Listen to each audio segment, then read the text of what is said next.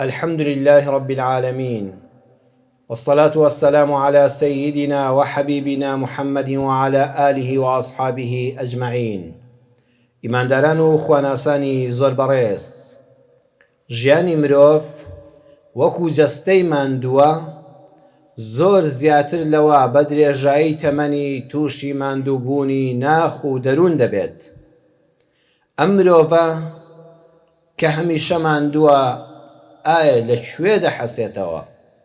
ئایا حەسانەوەی هەر یەکێک لە ئێمە بەڕێزان لەکوێیە کە بە دوویدا دەگەڕین؟ زۆر خەڵک لەم سەرزەویە بە دووی ئارامی دڵ و دەرووندا دەگەڕێ. پەنا بۆ جۆرەها ڕێگا دەبا کە زۆربەیان ئەو ژانەی زیاتر دەکەن، ئەو ژەهرەی ناوناخی زیاتر دەکەن و دەیکوژن. ئەبینی کەسانێک ئەم هەموو گەنجە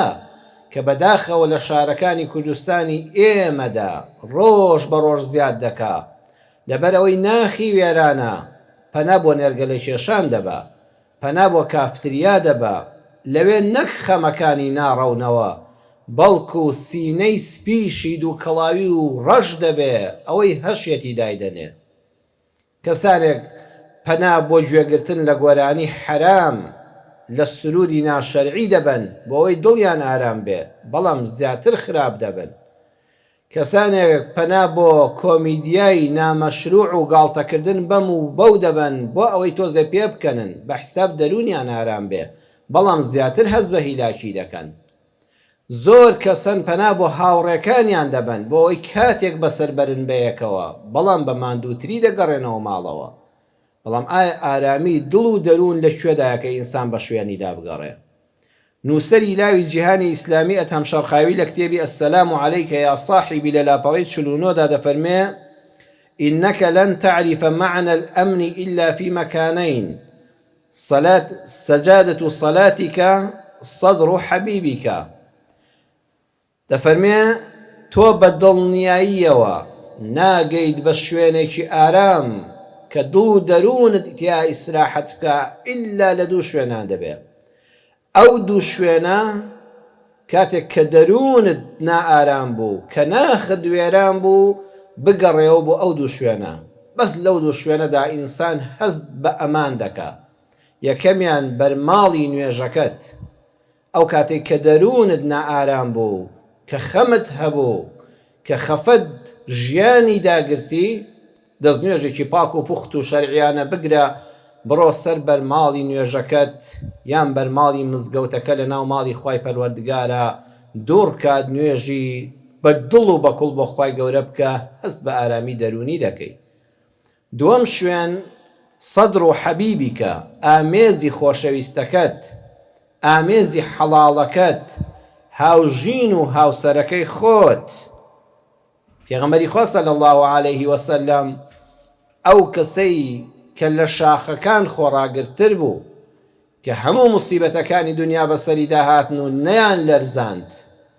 بەڵام کاتێک کەوا بۆ یەکەم جار وەحی ئاسمانی بۆ هات، ئەو کاتێک کە بۆ یەکەم جار جوبریلی لە شێوەی خۆی دابینی کە سێ جار بەخۆی و گوشی و ئازاری بە پەراسۆکانی گەیاند، فەرمووی بخوێنەوە و فەرمووی من خوێندەوار نیم. دوجار دوای تەوابوونی یەکەم نیگا، یەکەم وحی خوای پەروەردگار، پێغەمبەری خوا صلی الله علیه وسلم بە ترس و لەرزەوە لەرز دایگرتە بوو، ترسێک لە دڵیا بوو ئەمە دەبێت چی بێ. هاتەوە ماڵەوە، هاتەوە بۆ ناو شاری مەککە، لە ئەشکەوتەکە دابەزی و هاتەوە شاری مەککە. بەڕێزان یەکەم جار نەچوو بۆ لای مامی حەکیم و کاربەجێ و دانا و ڕیسپی قوڕەیش کە خەڵک بۆ کێشەکانی پرسیان پێدەکرد کە ئەبوو تاالب بوو. نەگەڕایەوە بڕوا بۆ لای حەمزەی پاڵەوان، دوژمن بەزێن، حەمزەی گەنج و لاوی بەجەرگ کە مامی خۆی بوو، کە زۆر لێی نزیک بوو. بڵێ مامەگیان حاڵەتێکی مەترسیداری ئاوام بینیوە. نەچوو بۆ لای هاوڕێی هەرە نزیکی ئیمامی ئەبوو بەکری سدیق، ئەو هاوڕێ گیانی بە گیانەی کە هەموو شتێکیان بەیەکەوە ئاشکرا بوو کە ڕازی ناودڵیان بۆ یەک دەکرد نەگەڕایەوە بۆ لای ئەبوو بەکریش ئەی چوو بۆ لای چێ پێغەمبەری خوا صلی الله علیه وسلم یەکسەر هاتەوە بۆ لای خاتوو خەدیجە فەرمووی ئەی خەدیجە شتێکی ئاوا ڕوویداوە و ترس و لەرز دایگرتوم لەناو ئەو ئەشکەوتەدا ئەو وشە جوانانم پێوتراوە ئەویش ڕێنمایەکی زۆر بەزێ و جوانی کرد یەکەم دڵی دایەوە دووەم بردیایی بۆ لای ئامۆزاکەی کە وەرەقەی کوڕی نەوفەل بوو لەسەر ئاینی مەسیحی مابۆوە و مشریک نەبوو کەواتە لەم دوو شوێنە زیاتر هەست بە ئارامی ناکەی بەرماڵی نوێژەکەت ئامێزی خۆشەویستەکەت بۆیە هاوسەری ژیان کە بەڕاستی هاوسەر بێ کە هاوشەڕ نەبێ لە ماڵە لەگەڵتا باشترین شوێنێکە بۆ ئەوەی کەوا دڵ و دەرونی تیا خۆتی تێدا بحەسێنیتەوە بۆ ئەوەی کەوا هەست بە ئارامی بکەیت جا بۆ ئەوەی ئەم ژیانی هاوسەریە ئەم ئارامیە تێک نەچێ ژیانت نەبێ بەژان چونکە بەڕێزان دڵنیا بن بەس بە ئاژاوەی ناو ماڵی خۆت ژیانت دەبێ بەژان ئەینا لە دەرەوە خەڵک ڕقی لێت بێ خەڵک ناحەزت بێ بەخوا کەم و کوڕی مادیت هەبێ کە هاتیەوە ناو چوارچێوەی ماڵەکەی خۆت ڕێک و پێک و تەبا و پڕ لە خۆشەویستی بووی وڵڵاهی ئەوانەی دەرەوە ئەو کاریگەریان لەسەرت نابێ بەڵام پەنا بەخوا لە دەرەوە هەموو شتێکت تەواو بێ قەدر و حرمەتت هەبێ خاوەن کەسایەتی بی پێگە و پلەت هەبێ بە تەلەفۆنێکی تۆ هەموو ئیش و کاری حیزب و حکومەت بڕوە لە ڕووی داهاتەوە دەست بە گیرفانی خاڵیدا نەکەی نەبوونی نەزانی ئەگەر لە ناو ماڵەکەی خۆتە هاوسەرەکەت هاوشەڕ بوو بۆت ئارامی پێ نەبەخشی ژیانی تاڵ کردی هەموو ئەوانەی دەرەوەی ماڵ ناتوانن ئارامت بکەنەوە ناتوانن خۆشیت پێ ببەخشن بۆ ئەوەی کەوا ئەم ماڵە تەبا و هاوکار و پرسۆز و خۆشەویستیە لێتێک نەچێ ناڕەحەتی دەرەوەی ماڵ کارت لێنەکە ئاگات لەم کۆمەڵە قەدەغەکراوە بێ کۆمەڵە شت هەن لەم وتارەدا بۆتان باس دەکەم ئەگەر تەواو نەبوون دەیخینە وتاری داهاتوو ئینشاء الله تعالى ئەمانە ژەهری ناو ژیانی هاوسەرین ژەهری ناو ژیانی هاوسەرین لە بەینی هەر ژن و مێردێکە هەبن دڵنیابن وەکو چۆن ژەهر پەنا بەخوا بدرێ بە کەسێک و بچێتە خوێنیەوە وردە وردە دەیکوژێ و لە ناوی دەبا ئەم پێنج خاڵە کە عەرزی جەنابتانی دەکەم لەم وتارە چەندی فریاکەوتین ئەوەی تری هەڵدەگرین بۆ وتاری داهاتوو ئینشاء الله تعالى ئەمانە ژەهری ناو ژیانی هاوسەرین ئەوێ بە هەموو شێوەیە قەدەغەی کەیت یەکەمیان پیا و دەوری خۆی نەبینێ و ژن دەوری خۆی نەبینێ زۆر حاڵەتێکی نائاساییە پەنا بەخوای پەروەردگار کە ژن خۆی لێ بێ بە پیا و پیاویش دەوری پیاوەتی خۆی نەبینێ و دەوری ژن ببینێ و پێغەمبەری خوا صلی الله عليه وسلم دەفەرمێ لعن الله المتشبهين من النساء بالرجال نفرەتی خوای گەورە لعنەت نەفرەت دووربوون لە ڕەحمەتی خوای پەروەردگار بۆ ئەو کەسانە بێ کەوا ئافرەتن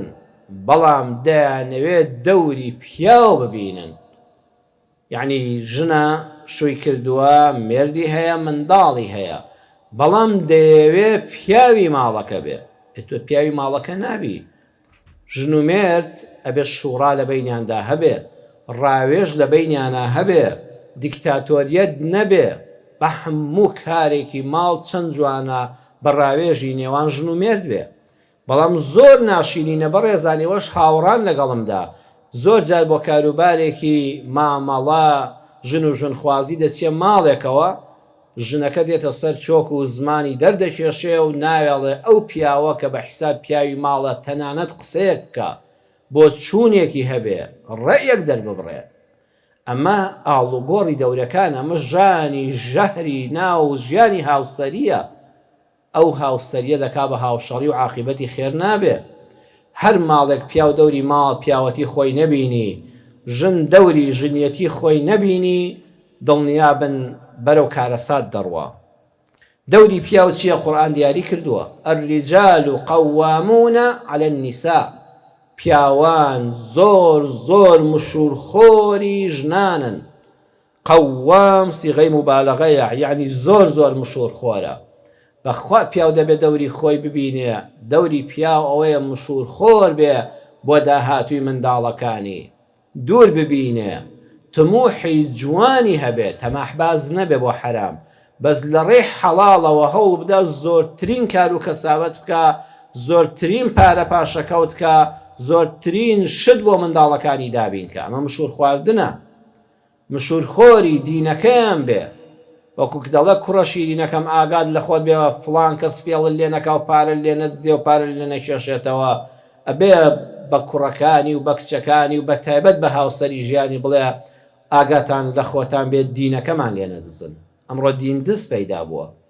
دین و عەقیدە بیر و باوەڕە پاکەکە لێ تێک دەدا بە ناوی عەلمانیەت و بە ناوی دیموکراسی و ئەوانەی کەوا ومن يبتغي غير الإسلام دينا فلن يقبل منه. ئەوەی غەیری ئیسلام بە بەرنامەی ژیان بزانێ، بە دین بزانێ و پەیڕە و پرۆگرامی ژیانی بێ لێ قبوڵ ناکرێ. ئەمە بە ناوی بێدینیەوە بانگت دەکەن دەیانەوێت دینی ئیسلامت لێ بدزن. ئەبێ پیا و مشور خۆری ماڵ و منداڵەکەی بە دایمە نەسیحەتیان کە بەڵێ بەدووی ئەو فکر و ڕێبازانە نەکەون کە پێچەوانەی ئاینی ئیسلامن. ئەبێوە مشور خۆریان بێ، جار هەیە بە ناوی دینی ئیسلامەوە پەنا بەخۆ ماڵ و منداڵەکە لەدەست دەدەی. ئەبێ وریابی بە ناوی دینەوە لە چوارچێوەی دینی پاکی ئیسلامدا خەڵکێک خێزانەکەت چاواشە نەکە بەرەو فکرێکی توندڕەوی بی بە کە تونێڵێکی تاریکە و ئەو سەری دیارنێ و بە هەزاران خەڵک پیا ڕۆیشتن و تیا چوون و هیچ خزمەتێکیان نە بە دین کرد، نە بە ژین کرد، نە بۆ خۆشیان زانیەتیان لێهات. تەقێندرانەوە و کوژران و مخابراتێکی گەورە لە پشتیەوە هەبوو بۆ ناشێرینکردنی ئیسلام، ئەمیش بە دڵسۆزی بە شوێنی کەوت بوو، بردیان و بێدین و بێژینیان کرد. پیا و ئەڕیجال و قەوامون عەلە النیسا زۆر مشورخۆری خێزانەکەی بێ، مشورخۆری بێژیانێکی بەڕێزی بۆ دابین کە،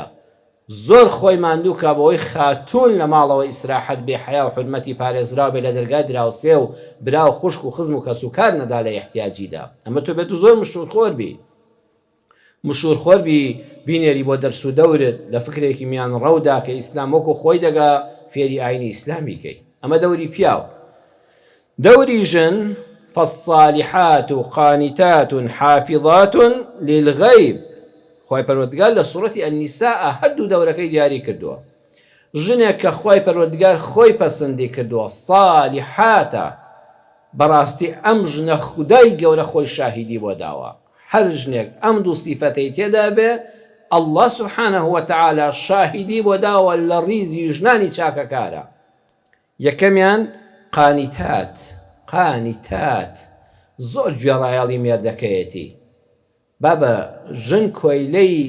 مێردەکەی نییە، گوێڕایەڵیەتی لە چاکەدا، چونکە شەریعەتی ئێمە چوارچێوەیەکی دیاری کردووە. لە چوارچێوەی شەرعا گوێڕایەڵی کردنی ژن بۆ مێردەکەی ئەو پەڕی بەختەوەری و سەربەرزیە، تەنەزول نییە، ئەوە حرمەتە، ئەوە خۆشەویستیە. ژنێک کە سالیحەیە و مایەی بەختەوەری خێزانە، مێرد لێی دەحەسێتەوە و منداڵەکانیشی لە داهاتوودا بەختەوەر دەبن، گوێڕایەڵی مێردەکەیەتی لە سنوورێکە کە شەرع دیاری کردووە، ئەوەی کە خوا نەهی لێ نەکردووە. لەو سنوورەدا مێردەکەی چی ود؟ قسەکەی بە چاوان، بە گیانەکەم، بەسەر ڕوحم، بەسەر چاوانم، دڵنیا بە تۆ چی بڵی پیاوە بە ڕێزەکەم وا دەبێت. ئەم ژنە خوا زۆری خۆش دەوێ و لێ ڕازیە. دووەمیان حافظات للغیب، ئەو ژنانەی نهێنیەکان دەپارێزن.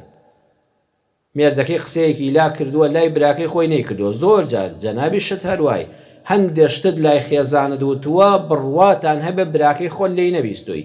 خوشکەکەی خۆت لێی نەبیستووی، هاوڕێی نزیکت لێی نەبیستووی. نابێت لە دەمەبۆڵەیە کاژنەکە بڵێ ها ئەو ڕۆژە فڵان قسەت بە براکەت وت، باسی خوشکەکەت کرد، لەوە چێمە ڕووی دابێ. ژنی صالحات ئەو نهێنیەی کە پیاوەکە متمانەی پێ بە و قسەیەکی لا دەرکاندووە بە حیاتی نایژەڕێتەوە بۆ کەس، دەیپارێزێ. ئەو کاتێک کە پیاوەکە لە ماڵ نییە سەرەت و سامانەکەی دەپارێزێ، بەخوا پەرداخی ئاو ناداتە ماڵی باوکی کە خۆشەویستترین کەسنی بە دزی مێردەکەیەوە، ئەبێ هەموو شتێکی لای مێردەکەی ئاشکرایە، ماڵەکەی دەپارێزێ، حیا و حرمەتی دەپارێزێ. چەند خۆشە دەچیتە ماڵێکەوە کابرا لە ماڵ نییە، کە دەیتەوە دڵی هەزار ڕەحمەت لە دایک و باوکی ئەو ژنە بەڕێزەی والله ئەوەندە بە حرمەت بوو، ئەوەندە بەڕێز بوو، ئەوەندە بە گەفت و لفت و شەرم و حەیای لێدەباری، ئەوەندەش بە حرمەتەوە میوانەکانی بەڕێ دەکرد. ئەو پیاوە پارێزرا کە تۆ لە ماڵنی حرمەتی تۆی پاراست، پیاوەتی تۆی پاراست. ئەمە ژنە نهێنی ناو جێگا و ژووری خەوتن ئەم ژنە دەپارێزێ لە دەرێ بۆ ژنانی ناژێڕێتەوە. ئێستا خۆ بەداخەوە بەڕێزان حیا و حرمەت نەماوە. لەگەڵ ڕێزم بووە یەک بەیەکی ڕووی جەنابتان لەم مزگەوتە بچکۆلە و ئێوەی بینەرانی ئەم وتارە بیسەرانی ئەم وتارە هەیە باسی ناو جێگای نووسنەکەی لەگەڵ هاوسەریدا دەژێڕێتەوە. ئەوانە کۆمەڵە نهێنین، هەندێ نهێنی هەیە مارەیەکی زۆرت بۆ کراوە، کابرا ئیمکانێتی هەبووە ئەلحەمدوللا زێڕێکی زۆری بۆ کردووی، بە ئەمە نهێنی بێ لە بینی خۆت بڵێ وەڵا شتێکی ئاسایی وەکو خەڵک بۆ کرا، زەرور نییە بڵێ وەڵا 40 مسقال زێڕم بۆ کراوە، 50 بۆ کڕدراوە، بۆم کراوە بە مارەیی، ئەوم بۆ کراوە، ناو ماڵەکەم بای ئەوەندە دەفتەر دۆلارە. ئەمانە نهێنی ماڵن، نابێ بیان درکێنی، نابێ بڵێ مێردەکەم ئەوەندە داهاتێتی لە ئەوەندە شوێنە کار دەکا. ئەی لە حەسوودەکان ناترسی، ئەی لە نێتپیسەکان ناترسی، ئەمانە بپارێزە. هەر ئافرەتێک ئەم دەورەی خۆی بینی قانتات حافظات للغیب، پیاوەکەش الرجال قوامون على النساء، دڵنیا بە ماڵێکی ڕۆشن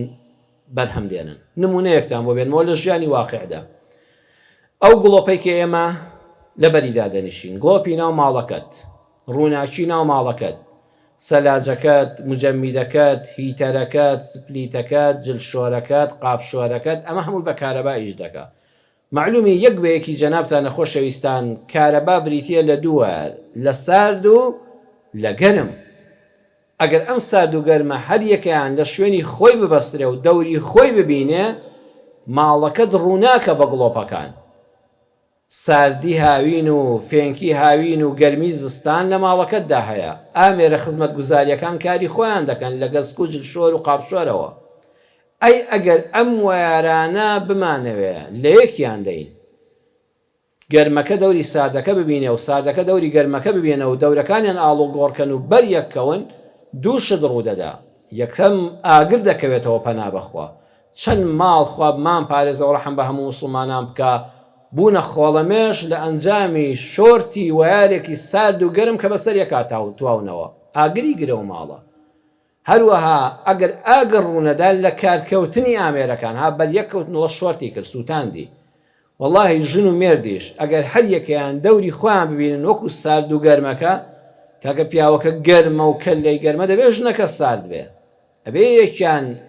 لە مقابلا ڕێک وەکو ئەو نەبێ، ئینە ئاگر ڕوودەدا. ئاگرەکە بریتە لە تەواق، لە سووتاندن و هەڵتەکاندنی ماڵەکە، لە کارکەوتنی ژیانەکەیان. هەر ئەوەیە زۆر ژن و مێر بەیەکەوە لە ماڵەوە چەند ساڵە دەژین، بەڵام بەڕاستیەوە ژیان نییە، ئەوە هاوسەری نەبووە، هاوشەڕی بۆ بەداخەوە. هەموو ئەوانی لە گردوونان نیشامان دەدا هەورەکان کە بارانی ڕەحمەت دەبارێنن، نێرومێیان هەیە، ساد و گەرمیان هەیە، ڕووەکەکان، درەختەکان هەمویان بەریەک دەکەون، هەر یەکیان دەوری خۆی ببینێ گوڵستانێکمان پێشکەش دەکەن. دنیا دەبێتە گوڵستان. بەخوا ژن کە دەوری خۆی بینی، پیاو کە دەوری خۆی بینی وەکو سارد و گەرمەکە، ئەبێتە گوڵستانێک و ئەو ماڵە ئەگەر 100 مەتر بێت لە کۆشک و وێلایەکی بێخۆشەویستی و بێڕێز، زۆر گەورەتر و جێگەی ئارامی زیاترە. کەواتە خاڵی یەکەم ئاگامان لە خۆمان بێ بە دروشمی فێمینیزمەکان نەخەڵەتێن کە دەڵێن ژن و مێرد دەبێ یەکسان بن. ئەوە زۆر زۆر هەڵەیە.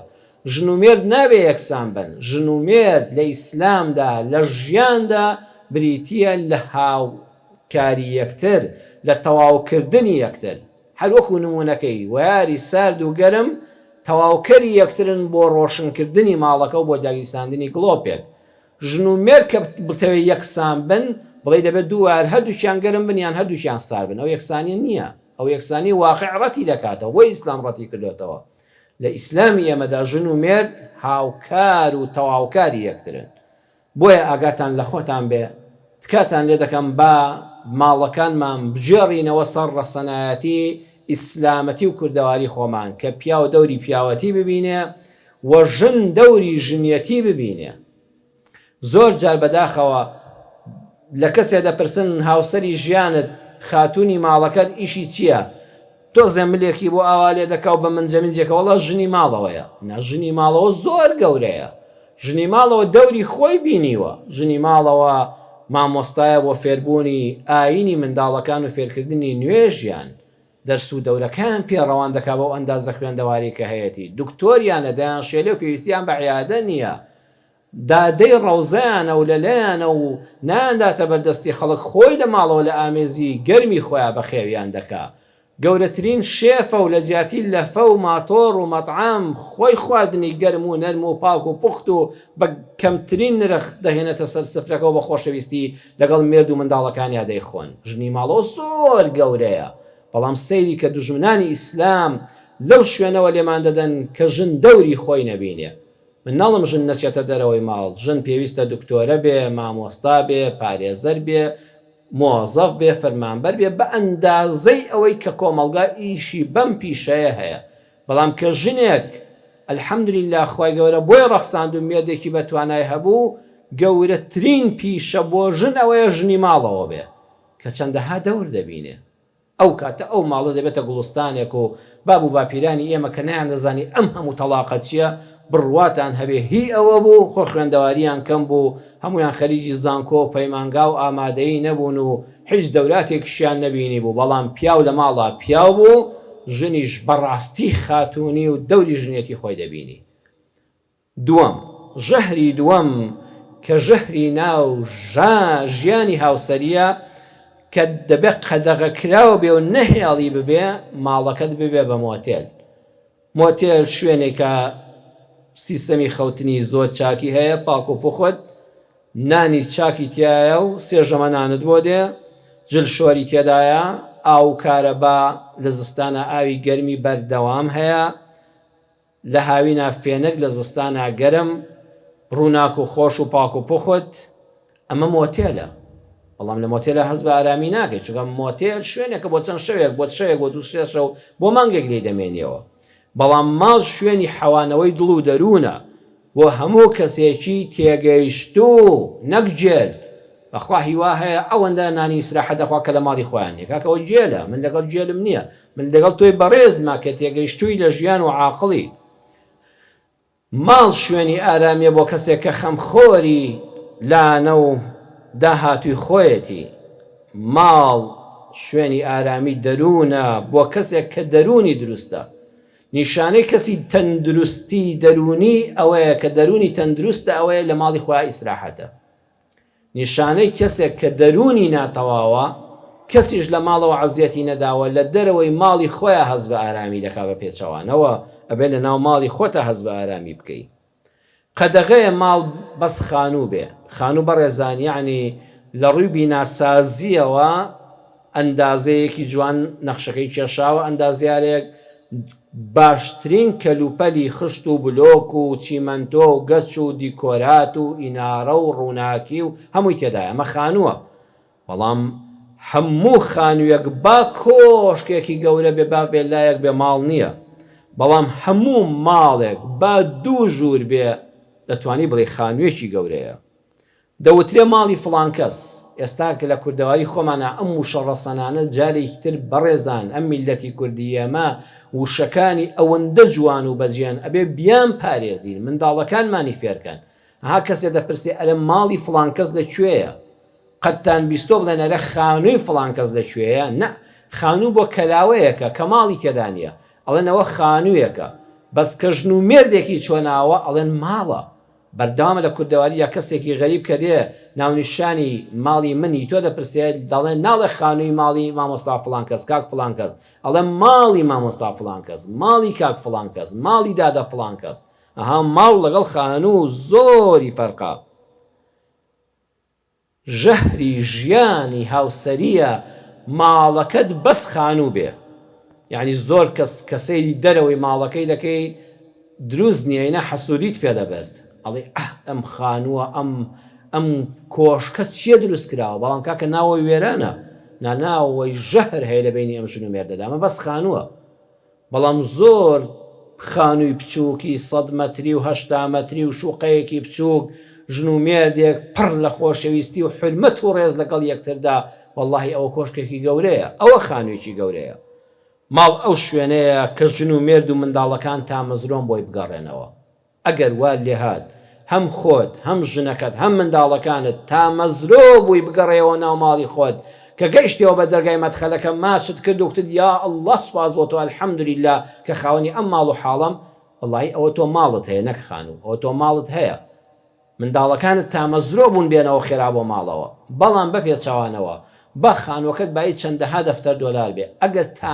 ئەگەر حەز نەدەکرد بێیتەوە، یعنی ئەو کاتە مرتاح بووی کە لە دەرەوەی ماڵی خۆتی، ژنەکە ئەو کاتە مرتاح بوو کە لە دایرەکەی و لە فەرمانگەکەی و لە کۆمپانیاکەی حەزی نەدەکرد بێتەوە ماڵەوە. منداڵەکان خواخوایان بوو نێنەوە ماڵەوە سەردانی فلان خزم و هاوڕێ بکەن و لە ماڵی خەڵک بمێننەوە، بە ماڵی خۆشحاڵ نەبوون، چونکە ئەوەندەی دەمەبۆڵە و شەڕ و ئاژاوە و ناشکری تێدا دەکرا و بێدینی تێدا دەکرا، ئەوە ماڵ نییە. ماڵ ئەوەیە ژن و پیا و منداڵ بە تێگرا تا مەزرۆن بۆ ژیان بەسەربردن تێیدا بۆ گەڕانەوە بۆی. قەت مەهێڵن لە پێناوی خانووی گەورەدا، لە پێناوی کەلوپەلی گرانبەهادا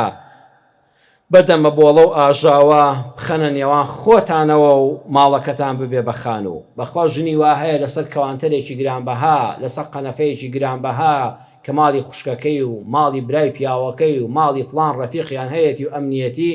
ئەوە نەبووڵە بۆڵ دەکا و دەبێتە دارکردکەرە، ئەو پیاوە لە ماڵ ڕادەکا. قەت لە پێناوی ئەوەدا خانۆ 100 مەتریەکەت بکەی بە 200 مەتر، قەنەفەکانت بای 2 وەرەقە نەبن، بای 20 وەرەقە بن، کەوانتەرەکەت بای 5 وەرەقە نەبێ و بای 5 دەفتەر بێ. قەت وا لەسەر ئەو شتانە، لەسەر ئەو بابەتانە، لەسەر ماڵی دنیا ماڵەکانتان تکایە مەکەن بە خانوو، چونکە ئەو کاتە هەموو کەلوپەلە گرانبەهاکانت هەبێ. ئەگەر لە ماڵەوە هەستت بە ئارامی دەرونی نەکرد، هەستت بە حەسانەوە نەکرد، تا مەزرۆن نەبووی خێرا بگەڕیتەوە لای ژن و منداڵەکەت، لای هاوسەر و جگەرگۆشەکانت، بڕاتان هەبێت تۆ خاوەنی ماڵ نی، تەنها خاوەنی خانوویەکی، خانووەکەش تەنها هەندێک بلۆک و گەچە و پاش چەند ساڵێکی تر لەوە چێ بیڕوخێنی یان بێبەها دەبێ و بێنرخ دەبێ، بەڵام خێزان و ماڵ دەمێنێتەوە. ئەمە قەدەغەکراوی دووەم. قەدەغەکراوی سێیەم، ژن و مێرد نابێ یەکتری بچوێنن بە کەسانی تر، بە خزم و کەسوکار. بۆ نمونە ژنەکە بڵێ ها براکە دوایە، ئەوەش هەر برای تۆیە، بزانە چەند دەوڵەمەند بوو، ئۆتۆمبیلی ئەوان چۆن و هی ئێمە چۆنە، سەیری ماڵی براکەت کە و چی زێڕی بۆ ژنەکەی کڕیوە، منیش ئەڵقەیەک لە دەستمان نییە. نابێ ژنەکەت بشوبهێنی بە خوشکەکەی، هەها فڵان کەسیش هەر خوشکی تۆیە لەو دایک و باوکەیە، چەند خانمە، چەند دەست ڕەنگینە، چەند ماڵ ڕەنگینە، چیەکا بۆ مێردەکەی، مەیشوبهێنە. هەر کەسە خوا سەر بە خۆ دروستی کردووە، مەیشوبهێنە هاوسەرەکەت بە بێگانەیەک بە هاوڕێکانی، ئەها هاوڕێکەمان کە چوینە ماڵیان کە سەردانمان کردن ئیتر چۆن بوون. لەوە چێ بەڕێزم تۆ زۆر بەختەوەرتربی لە خەڵکی کەوا دەزانی ئەوان لە تۆ باشترن، بڕواتان هەبێت تۆ زۆر بەختەوەرتری. وامەزانەوەی کە لەبەر چاوی تۆ زۆر بەختەوەرە، هەر ڕێک بەڕاستی ژوایە. کۆتایی ئەم وتارە بەسەرهاتێکتان عەرز دەکەم کە دکتۆر حەسان شەمسی پاشا لە کتێبی هوناکە یەحلو اللقاء لە لاپەڕەی 210دا بۆمان دەجێڕێتەوە. ئەفەرمێ ژن و مێردێکە بوون، ئەم ژن و مێردە بەهۆی هەژاریەوە، جا هەژاری زۆر موسیبەتێکی گەورەیە، هەوڵی دەدا پیاوەکە، تەمەڵ نەبوو، تەوەزەل نەبوو، بەخوا شەو ڕۆژی خسپۆ سەریەک، بەڵام داهات هەر ئەوەندەیە بە حەڵاڵی کۆ دەبێتەوە. ژنەکە زیاتری دەویست، دەمە بۆڵەکەوتە نێوانیانەوە و ژنەکە بڕیاریدا ماڵەکە بەجێبێڵێ، تەنها لەبەرەوەی خانووەکەیان کۆنا، تەنها لەبەرەوەی کەلوپەلەکانیان کۆنن، تەنها لەبەرەوەی سەیری مناڵەکانی دەکرد وەکو مناڵی خزمەکان و هاوڕێکان و دراوسەکان، پۆشتە و پەرداخ و جلی جوانیان لەبەران نەبوو. بەڵێ ژنە بڕیاریدا ماڵ بەجێبێڵێ و بتۆرێ، بەڵام ئافرەتێکی بە حیا و حورمەتە، بڕیاریدا شەو بتۆرێ بۆی خەڵک نەیبینێ. ئێستا ئەم زەمەنە خەڵک کە تەلاق دەدرێ حەفلەوە هەنگ دەجێڕێ پەنا بەخوا، ئاهەنگی جێڕاوە، کێکی داناوە، مۆمی داناوە، وازانی ئاهەنگی لەدایک بوونە، عیدی میلادە، ئەڵێ وەرن با کێک دەتکەین و مۆم داگیسێنین ئەمڕۆ بە بۆنەی جیابوونەوەم لە هاوسەرەکەم. ئەو زەمەنە ئافرەت دەگە ماڵی بەجێبێشتایە و بتۆرایە، بەڕاستی هەستی بە شەرمەزاری خۆی دەکرد، ئەگو خۆزگە کەس پێم نەزانێ. کە ژنەکە ناخی پڕ بوو، پیاوەکەش دەستی خاڵی و هیچی تری نییە بۆی بکاوە، بە حەڵاڵی ئەوەندە کۆ دەبێتەوە، بڕیاریدا کە ژنەکە ماڵ بەجێبێڵە، بەڵام شەو بەجێبێڵێ. شەو ڕۆیشت، خۆی بە دیوارەکانەوە دەنووساند نەوەک ڕێبوارێک بە ڕێگاکەیە تێپەڕێ و بیبینێ هێشتا ئافرەتێکی خاوەن حیا و حورمەت و بەخۆش شەرمە بانیهێنی هاوسەرەکەم بەس لەبینی ئێمە و ماڵی باوکمدا بێ با بێگانە پێمان نەزانێ ماڵەکانی ئەو سەردەمەش پەنجەرەکان و دەرگاکان بە ڕێزان ڕێک لەسەر ڕێڕەوی ڕێگاکە بووە وەکو ئێستا حەوشۆ مەدخەلوانە نەبووە خۆی بە دیوارەکانەوە نووساندبوو وەی خەڵک نەیبینێ بە تاریکیدا بڕوە بەڕ چراکان نەکەی و ڕووناکی لێ نەدا و خەڵک نەیبینێ نەک ئەوەی کە گوێ بە پەنجەرەی خەڵکدا بگرێ و گوێ لە قسە بگرێ لا ئیرادی لە ماڵی یەکەما کە تووشی و چەند ماڵێک لەو لای خۆیانەوە سەیری کرد دایکێکەوە دەست نوێژی گرتووە و لەسەر بەرماڵ لە ئەڵڵا دەپارێتەوە سوبحانەهو وتەعالا دەڵێ یا ئەڵڵا هیچم لە تۆ ناوێ لە دنیادا هیچ سەروەت و سامان و خان و کەل و پەلێکی گران بەهام ناوێ خوایە بەس ئەم کوڕە تاقانە شەلە لێدراوم چاک بێتەوە خوایە بەس ببینم کوڕەکەم بە قاچی خۆی بڕوە یا ئەڵڵا هیچی ترم لە دنیا ناوێ لەوێ تێپەڕی ئاهێکی هەڵکێشا و ڕۆی چەند ماڵێک لەولاتر گوێی لێ بوو ژنێک لەو نیوە شەوەدا دەپاڕێتەوە دەڵێ یا ئیلاهە العالەمین خوایە لەم دنیادا بەس ڕۆژێک وشەی دایکە ببیستم بەس ببم بە دایک بەس یەک مناڵم پێ ببەخشی خوایە چەند ساڵە هاوسەرگیریم کردو و مناڵێکم نییە خوایە کرد بێ کوڕ بێ من هەر مەمنونی تۆم بەس مناڵێکم ببێ ئەوێشی بەجێهێشت لە وێزگەیەکی ترە لە کۆڵانی ئەولاتر لە ماڵی سێمە گوێی لێ بوو ژنێک دەپاڕایە و دەی یا ئیلاهە العالەمین خۆت ئاگال لە حاڵمە چ حاڵێکم هەیە بەدەستی ئەو مێردە خراپەوە چ سوکایەتیم پێدەکا خوایە گەلێک بێکەسم خوایە بەهامە و هاوارمەوە بێ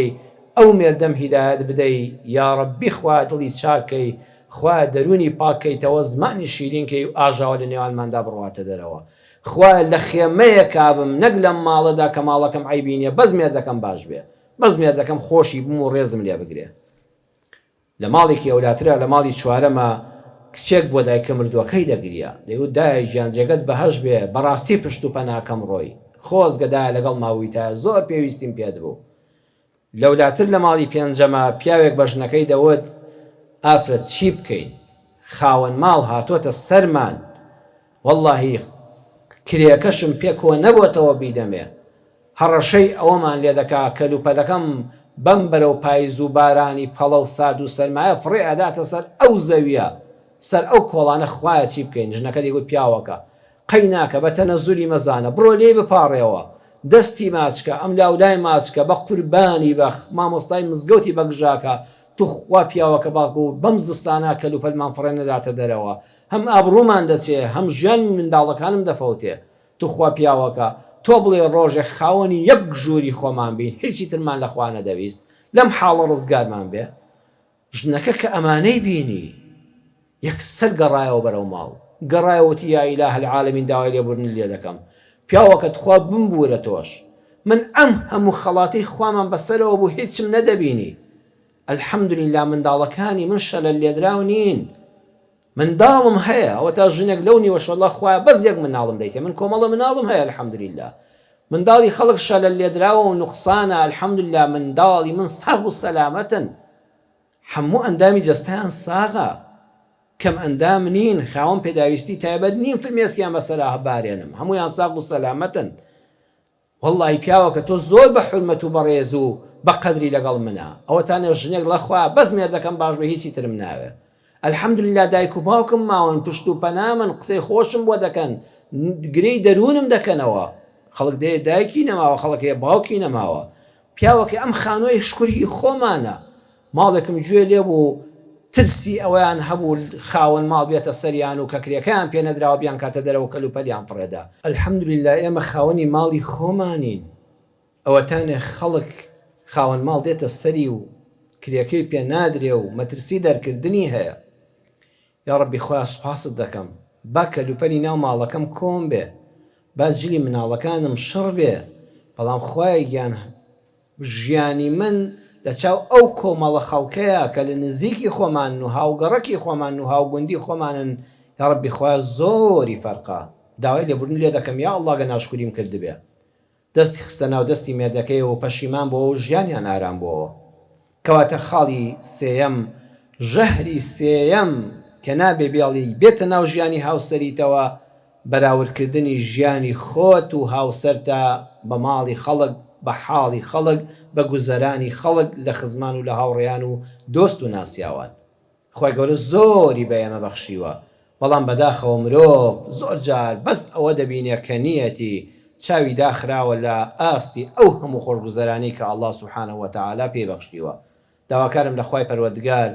یا ئەڵڵاه بە گەورەی و ڕەحمەتی خۆت لە گوناهەکانمان خۆش بی، ژیانمان پڕ خێر و بەرەکەت کەی، ماڵەکانمان پڕ خێر و بەرەکەت کەی یا ڕەب العالەمین. یا ڕەبی خوایە ژیانی هاوسەریمان پڕ کەی لە خۆشەویستی، لە حورمەت و ڕێز، لە بەختەوەری، کەم و کوڕیەکانمان بۆ پڕکەیتەوە، ناتەواویەکانمان بۆ چاکەی. یا ڕەبی خوایە لە هەڵەکانمان ببووری، شیفای نەخۆشیەکانمان بۆ بنێری. یا ڕەبی خوایە ئەوەی نەخۆشە بە گەورەی خۆت یا شافی یا ئەڵڵا شیفای بەخێری بۆ بنێری. ئەوانەی کە خەمبارن خۆشیان پێ ببەخشی، ئەوانەی چاو بە فرمێسکن زەردەخەنە بجێڕیتەوە سەر لێوەکانیان، ئەو ژن و مێردانەی ناکۆکن ئیسلاحی حاڵیان ببێ یا ڕەب العالەمین. آمین آمین والحمد لله رب العالمين.